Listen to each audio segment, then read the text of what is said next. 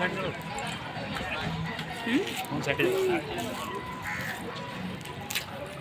সাইডে যাবা?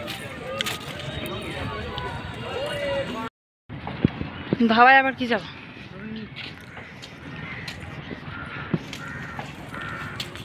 হে guys, welcome back to my channel Promiya creation. তো তোমরা সবাই কেমন আছো? আশা করছি ভালো আছো। তো আমার একটা নতুন ভিডিওতে ওয়েলকাম জানাই তোমাদের। তো এর আগে তো ভিডিওতে দেখতেই পেয়েছো, তো আমরা কলকাতায় বেড়াতে এসেছি, মানে ঘুরতে এসেছি আর কি। তো পার্কে, তো ইকো পার্কে এটা। তো ইকো পার্কটা অনেকটাই বড়, আমরা একদিনের মধ্যেই শেষ করতে পারবো না। তো তোমার দাদাভাইকে আমি বললাম যে চলো আজকে যতটা পারি ততটা সেরে রাখি আর কি, ঘুরে রাখা আর কি। তো তারপরে যে ঘুরতে ঘুরতে দুজনের গলা শুকিয়ে গিয়েছিলো, জল ছিল কিন্তু জলের থেকে ঠান্ডা জিনিসটা বেশি ভালো মানে ইচ্ছে করছিল খেতে। তো মানে রোদটা এখন বেশ ভালোই পড়ে গেছে, তো ওই জন্য ঠান্ডায় নিলাম আর কি, দুটো আইসক্রিম নিলাম, চকলেট কোন। তো দুজনেই খাচ্ছি আর এদিকে ঘুরে ঘুরে বেড়াচ্ছি। মানে খুবই সুন্দর পরিবেশ, মানে দেখার মতো জায়গা। তো যারা যারা আসতে দাও তারা অবশ্যই এসো। আমার তো খুবই ভালো লাগলো দেখতে, মানে অনেক কিছুই দেখলাম। আর এটা হচ্ছে মানে একটা মানে ঝিল টাইপের। তো ঝিলটা বেশ অনেকটাই বড়, এর ভিতরে অনেক বড় বড় মাছও আছে। তো দেখো দুজনে একদম হেঁটে হেঁটে ঘুরে ঘুরে বেড়াচ্ছি, আইসক্রিম খাচ্ছি। আর তো অন্য কেউ আসেনি আমাদের সঙ্গে, আমরা দুজনেই ছিলাম। তাই মানে ভালো ভালো দুজনে যে ডুয়েট ভিডিও করব সেটারও কাউকে ক্যামেরা ধরার মতো লোক ছিল না আমাদের। তো এই যে দেখো যে ঝিলটার কথা বলছিলাম, তো এই যে ঝিলটা, তো এই ঝিলের ওই পাড়ে দেখো অনেক বড় বড় বিল্ডিংও দেখা যাচ্ছিলো। তো ওইগুলো কোম্পানি কোনো টোনো হয়তো হবে, মানে প্রথম এরকম দেখলাম আর কি। তো ঝিলের মাঝখানে মানে দুটো ময়ূরও আঁকা ছিল। তো যাই হোক, এই যে দেখো তারপরে আবার অন্য একটা জায়গায় 10 টাকা করে টিকিট নিল। তো এটা হচ্ছে মানে গ্রামীণ পরিবেশ দেখানোর একটা মানে আরেকটা মানে নিকো পার্কে কী বলতো, সরি ইকো পার্কে মানে প্রত্যেকটা থিম আলাদা আলাদা ভাগ করা আছে, মানে টিকিট কাউন্টার আছে। প্রথম টিকিট কাউন্টারটাই আমাদের নিয়েছিল 30 টাকা, তার ভিতরে আবার সেই তাজমহল, তারপর পিরামিড যেগুলো ছিল সেগুলো দেখাতে নিয়েছিল 30 টাকা। আর এই যে যে গ্রামীণ পরিবেশগুলো আছে না, সেগুলোতে আবার আমাদের আলাদা করে এক একজনের 10 টাকা লেগেছে। তো এই দেখো এগুলো সবই হচ্ছে মানে মানুষ বলো, গরু বলো, এই যে যেগুলো আছে সবগুলোই মাটির বানানো, এমন সুন্দর করে বানিয়েছে না, মনে হয় দেখার মতো। তো মানে দাদাভাইকে বলছি স্কুটিটাও কি মানে বানানো মাটি? তো বলছে না, এটা হচ্ছে এমনি আসলেই ওখানে রাখা আছে। তো এই যে দেখো তারপরে সবজি টবজি পড়াচ্ছে, তারপর মাস্টার মশাই যে পড়াচ্ছেন কান ধরিয়ে রাখা আছে। তো এইগুলোই দেখছিলাম দুজন মিলে ঘুরে ঘুরে। ও তো কইল ওই মানুষগুলো তোমার দিনের বানিয়েছে।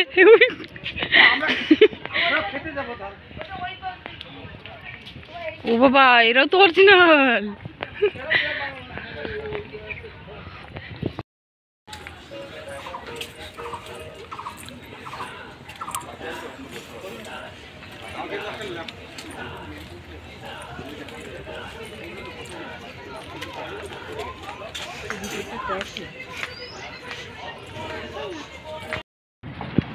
ধাবায় আবার কি যাবো?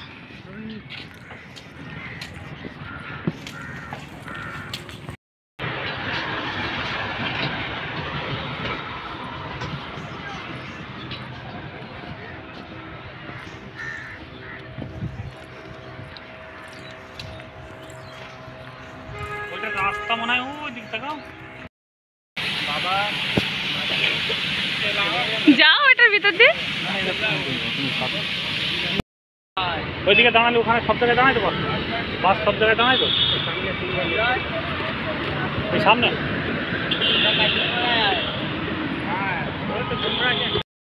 তো দেখতেই তো পেলে দুজন মিলে এদিক ওদিক ঘুরিয়ে তারপরে পার্ক থেকে বেরিয়ে পড়লাম। তার কারণ আমাদের যদি ঘুরতে মানে সম্পূর্ণ ঘোরা লাগে না, তাহলে প্রায় 4 দিন ধরে লাগবে। তো ওই জন্য আর ওখানে বেশি ঘোরাঘুরি করলাম না। তারপর দুজন মিলে পাপড়ি চাট খেলাম। তো পাপড়ি চাট খেয়ে আবার চলে আসলাম বিশ্ব বাংলায় আর কি। তো বিশ্ব বাংলা আসার জন্য বাসে আসতে হলে, তো বাসটা না এত ঘুরিয়ে ঘুরিয়ে নিয়ে আসলো, প্রায় 1.5 ঘন্টা লেগে গিয়েছিলো আমাদের। আর বিকেলবেলা তো অফিস টাইম, ওই জন্য আরও বেশি ভিড় হয় আর কি। তো দেখো চলেতে আসলাম বিশ্ব গেটে আর কি। তো এখানে না সন্ধ্যাবেলায় বেশি ভালো লাগে, মানে লাইটিং মাইটিং থাকে। তো আমরা ওপরে রেস্টুরেন্টে উঠিনি আর, তবে বাড়ি চলে যাবো আর কি।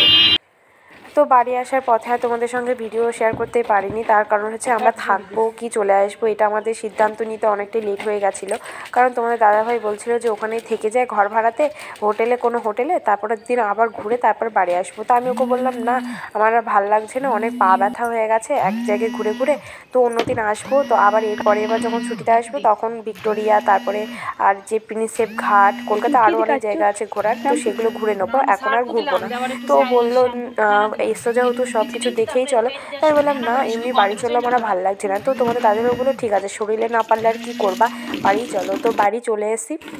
তো বাড়ি আসার পথেও না ফোনে আমাদের দুজনেরই চার্জ ছিল না, মানে আমারটা তো সুইচ অফই হয়ে গেছিলো, সেই জন্য কোনো শর্ট ভিডিও বলো আর ব্রড ভিডিও কন্টিনিউ করতে পারিনি। তোমাদের দাদাভাইয়ের ফোনে এই মানে ব্লগ ভিডিওটা আর কি রেকর্ড হয়েছিল, ওখানে করেছিলাম। ওর ফোনটা একটু চার্জ ছিল, কিন্তু বাড়ি আসার পথে ওর ফোনেও একদম লো ব্যাটারি হয়ে গেছিলো। আর চার্জার ছিল আমাদের ব্যাগে, আমরা নিয়ে গেছিলাম, কিন্তু বসানোর সে সময়টা পাইনি, কোথায় বসাবো সেরকম সময়টা পাইনি আর কি। বাসে ট্রেনে চলে আসছিলাম তো সেই দিনই, তো এই জন্য। তো বাড়ি চলে এসেছি, বাড়িতে চলে এসে তারপরে আবার ভিডিও শ্যুট করছি। তো বাড়িতে এসেই যে জামা কাপড়গুলো আর কি পরে টরে এসেছিলাম, তো সেইগুলোই কেচে দিয়েছি। আর তোমাদের দাদাভাইয়ের এটা হচ্ছে স্লিপিং ব্যাগ আর কি, ওখানে যেখানে শুয়ে থাকে ও মানে ডিপিতে, তো সেটাই। আর এই যে জুতো টুটোও ওর কেচে দিচ্ছি। আর ওদিকে তোমার দাদাভাই নিচে মাছ নিচ্ছিল, আর আমি এদিকে জামা কাপড় কাচছিলাম। তো মাছ নিয়ে উপরে আসুক, আর আমার জামা কাপড়গুলো কাচারকালীন মানে আমি তো ওই ক্যামেরাটা না একদিকে রাখিনি, কারণ আমার একটা জায়েন্ট মেয়ে ভিডিও শ্যুট করে দিচ্ছিলো, তো সুবিধা হচ্ছিলো। আর এদিকে দেখো আমার কি অবস্থা, মানে শার্ট ফুরিয়ে গেছে, তো ওই জন্য একটু শ্যাম্পু নিয়ে ওই যে স্লিপিং ব্যাগে যেটা আছে না ওটা নোংরাটা ধুয়ে দিচ্ছি আর কি। তো বেশি এটা নোংরা হয়নি আর কি, সামান্য কিছু একটু গন্ধটা যাওয়ার জন্য আর কি দেওয়া। তো মানে শ্যাম্পুতে তো একটু পারফিউমটা বেশি, তো ওই জন্য আর কি দিয়ে দিলাম। তোমার দাদাভাইকে আর কষ্ট করালাম, ওকে বললাম বিকেলে তুমি সার্ফ কিনে আনবা। তো এই দেখো মাছ নিয়ে চলে এসেছে, মাছটাও তো ধোবো এবার। তো মাছটা ধোবো, ধুয়ে নিয়ে তারপর নিচে চলে যাবো একেবারে। তো যাই হোক, ভিডিওটি এই পর্যন্তই। ভালো লাগলে লাইক শেয়ার কমেন্ট করবে। আর এই দেখো সকালবেলাকার নাস্তা আমাদের চাউমিন, দুজন মিলে খেয়ে নেবো। আর ভিডিওটি ভালো লাগলে লাইক শেয়ার কমেন্ট করো। টাটা, সবাই ভালো থেকো, সুস্থ, দেখা হচ্ছে।